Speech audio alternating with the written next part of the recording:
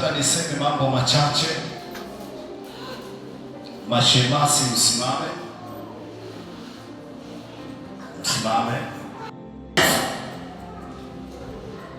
Ama kuvikwa Roho Mtakatifu na kupokea Roho Mtakatifu, yote haya ni maneno ambayo yanatumika.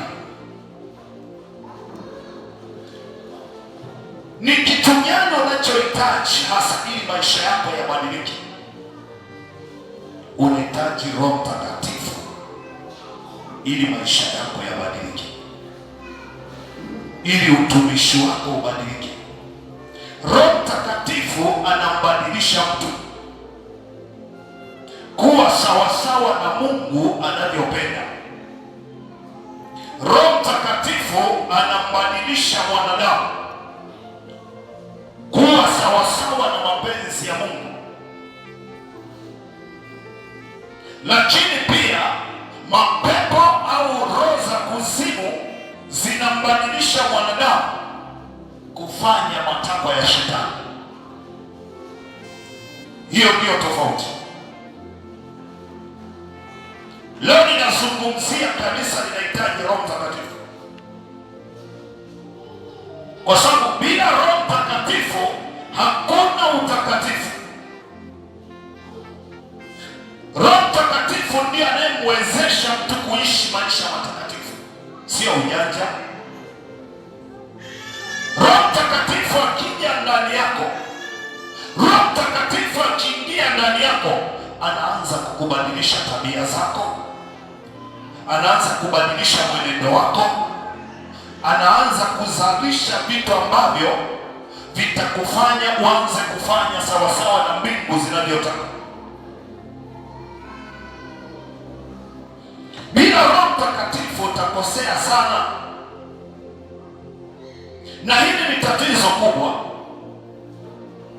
Msikilize viongozi na watu wengine, kabla hujaweza kuanza kuhubiri, tamani kujazwa Roho Mtakatifu.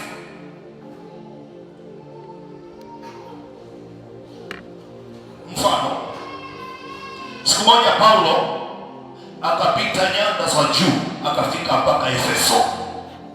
Alipofika Efeso akakutana na wanafunzi, akawauliza, mlipokea Roho Mtakatifu mlipoamini?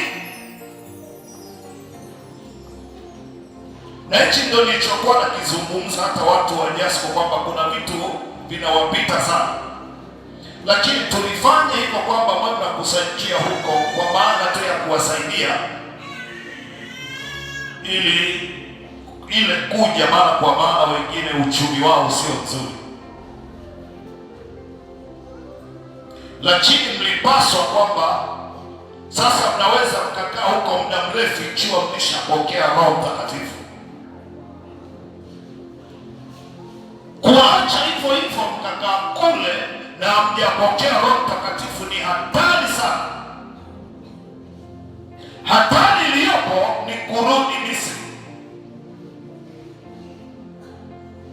Roho Mtakatifu ndiye anayetusaidia kwenda nchi ya ahadi, hata kama tunapita jangwani.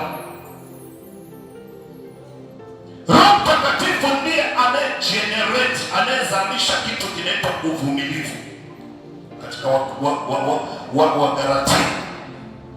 Ndiye anayezalisha uvumilivu katika safari ya wokovu, Roho Mtakatifu.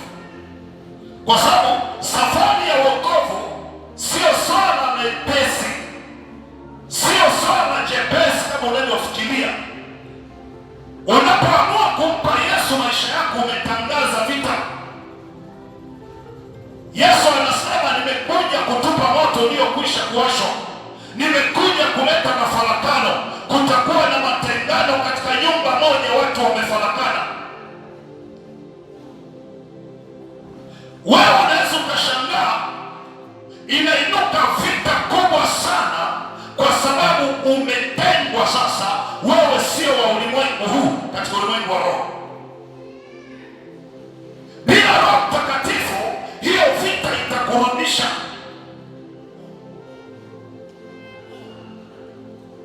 Nataka unielewe hili.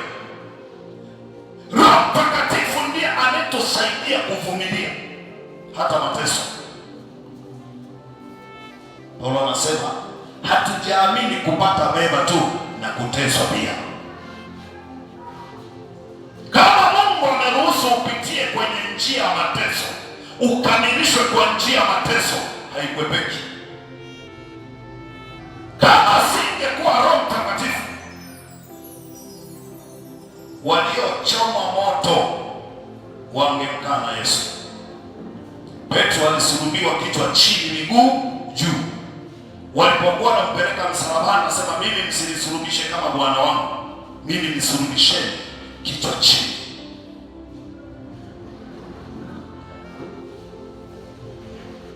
Bila Roho Mtakatifu inaweza ikainuka vita tukakupoteza kanisa. Na wokovu bila vita huo sio wokovu. Yaani kama unasema umeokoka, hujapitia vita, wewe bado mpagani. Kipimo cha kwamba wewe sio wa ulimwengu huu ni pale utakapoanza kuona ulimwengu huu unaanza kusimama kinyume na wewe. Ndicho Yesu anachozungumza. Kwa hiyo Roho Mtakatifu ndiye anayetusaidia hata kama tunalia, lakini tunaendelea. Yesu anasema maneno haya mazito sana. Yesu anasema maneno mazito sana. Nataka nikuonyeshe ya kusaidia kwa sehemu. Yohana ile sura ya 15 kuna kitu kidogo hapa.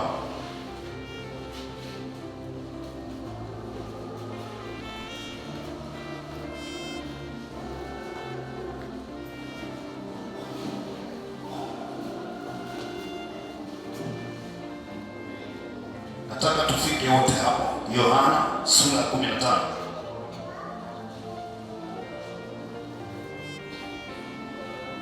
Mstari wa 18.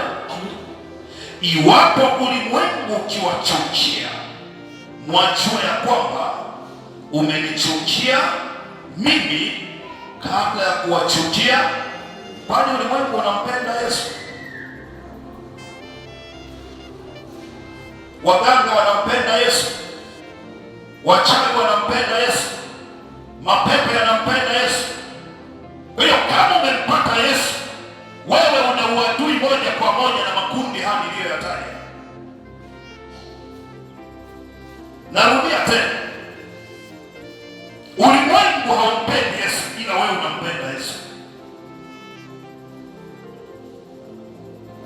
Kwa hiyo unapompenda Yesu, umetangaza kumchukia shetani. Unapompenda Yesu, umetangaza kuyachukia mashetani. Unapozipenda mbingu, wewe unaichukia kuzimu. Kuzimu inainua vita juu yako.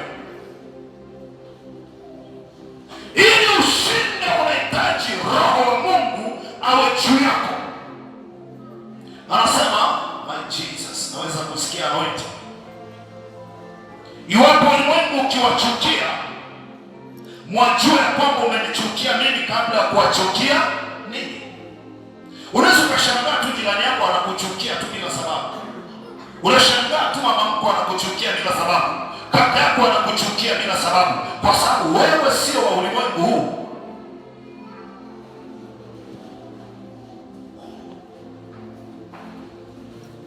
Ufanye nini ili upate ushindi? Unahitaji Roho Mtakatifu. No way. Hakuna njia nyingine. Kwa hiyo ninachozungumza leo, mabinti na mabwana, we need the Spirit of God to come upon our life. Sio tu kunena kwa lugha, ila kutusaidia katika mapigano yetu. Tunahitaji Roho ili kushinda vita vya kiroho. Huwezi kushinda vita vya kiroho ukiwa mwilini. Huwezi kushinda roho za kuzimu bila kuwa na Roho wa Mungu ndani yako. Huwezi kushinda roho za ukoo na mizimu kama hauna Roho ndani yako. Utamilikiwa tu. Kwa ni Roho Mtakatifu. Hata wale mlioamini hivi karibuni, bila Roho Mtakatifu huwezi kushinda uchawi uliopo kwenye ukoo wenu, maana zile ni roho. Ndio tutakuona unaenda mbele umerudi, unaenda mbele umerudi. Wakati mwingine yani unakuwa ni mtu ambaye hata tamaa ya wokovu inakufa ndani yako, unakuja tu kwa sababu ni kanisa lenu. Hata kiu ya kutumika inakwisha ndani yako, kwa sababu Roho wa Mungu asipokuwepo ndani yako, wewe lazima ukauke. Roho Mtakatifu ndiye anayeleta revival. Roho Mtakatifu ndiye anayeleta uamsho.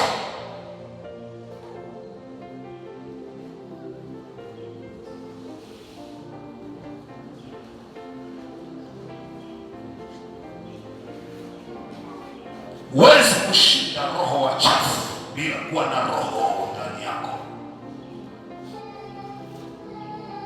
Ndio maana Yesu anasema katika Matendo ya Mitume, msitoke Yerusalemu.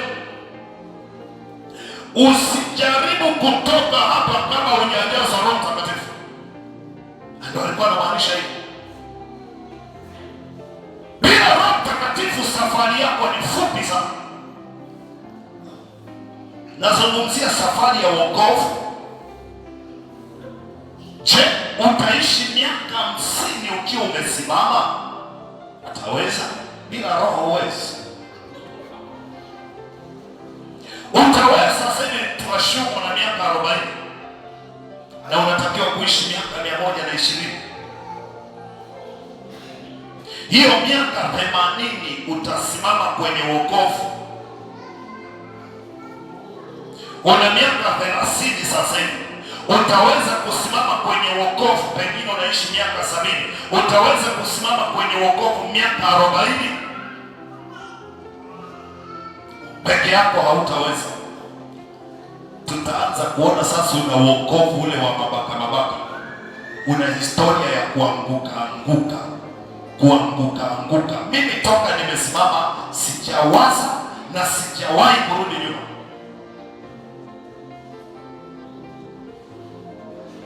Je, wewe umerudi mara ngapi dhambini? Umerudi mara ngapi kwenye uzinzi?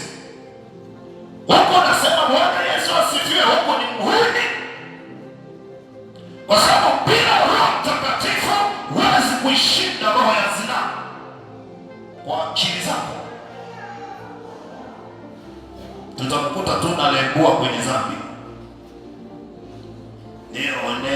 Omwaka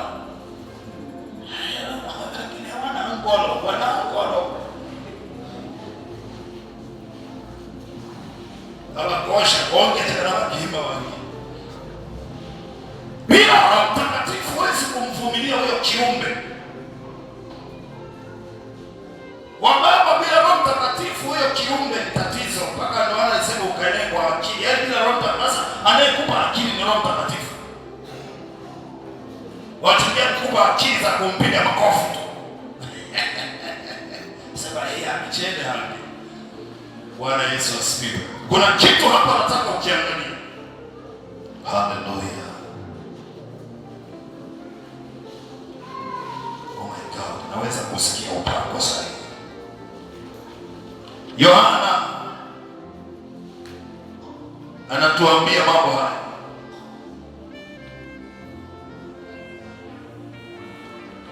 Sura ya 6.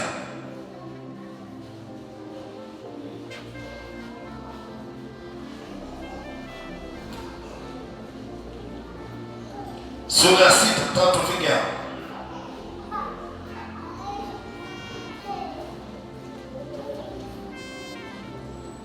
Kuna kitu kidogo nataka